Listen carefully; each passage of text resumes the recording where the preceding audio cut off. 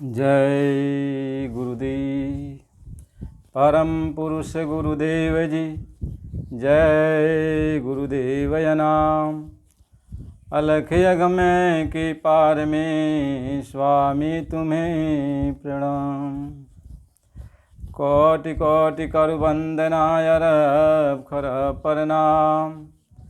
चरण कमल बिसरो नहीं। जय गुरुदेव नाम। आज का ये सत्संग है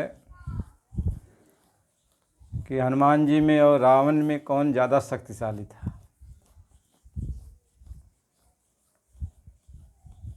लोग ये कहते कि जब रावण चलता था तो धरती डोलने लगती थी। इतना जो है रावण का बल था कि सब लोग धरती कांप जाती थी।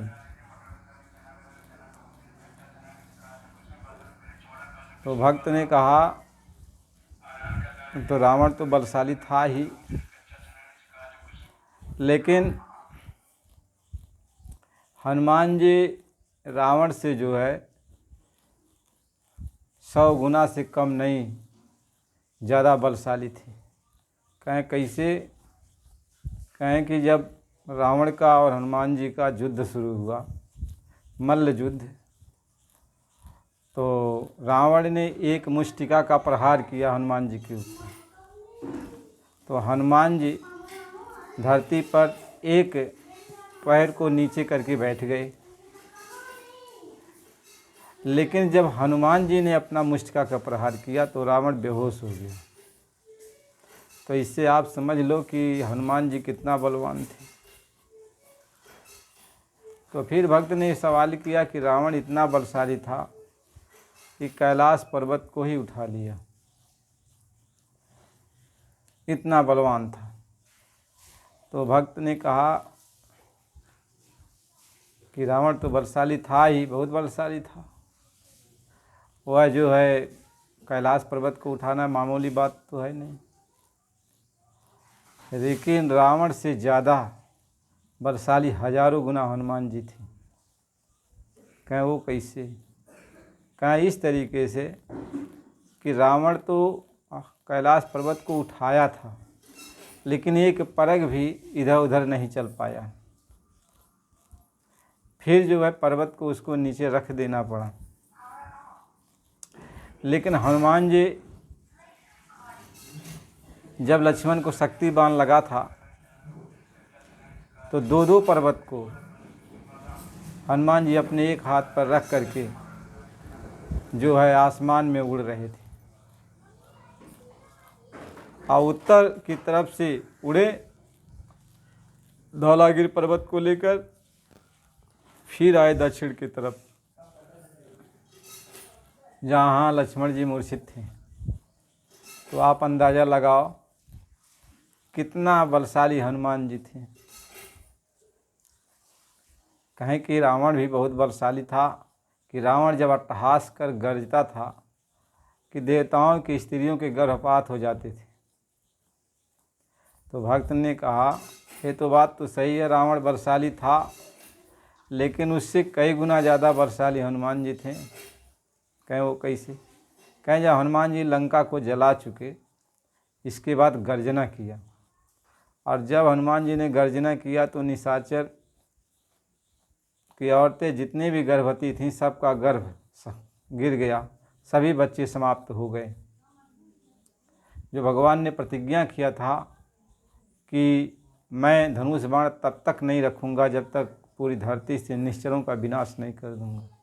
यदि हनुमान जी ऐसा अट्टहास न किए होते तो भगवान रामचंद्र जी तो मर्यादा पुरुषोत्तम थे, बच्चों का तो वध नहीं करते। लेकिन हनुमान की गर्जना से निशाचर की सारी पत्नियों के गर्भ गिर गए, फिर दोबारा नहीं हुए। और 15 दिन के बाद जब और निशाचर जो बाहर थे उनकी पत्नियां आई देखने के लिए लंका में, तो 15 दिन के बाद सिर्फ चर्चा लोगों ने सुना, एक बंदर आया था इस तरीके से किया। उसकी बात को सुनकर के उन सारी स्त्रियों के जितने गर्भ थे सब समाप्त हो गए। गिर गए। बताओ हनुमान जी कितने बड़े बलशाली थे। रावण अट्टहास किया तो देवताओं की पत्नियों के गर्भ गिरे थे, लेकिन निशाचरों के नहीं। लेकिन हनुमान जी ने जब अट्टहास किया तो निशाचरों की सब पत्नियों के गर्भ सब गिर गए। तो हनुमान जी बहुत बलवान थे। हनुमान जी इतना बलशाली बहुत कम लोग मिलते हैं। भक्त ने प्रश्न किया कि रावण चलता था तो धरती डोलती थी।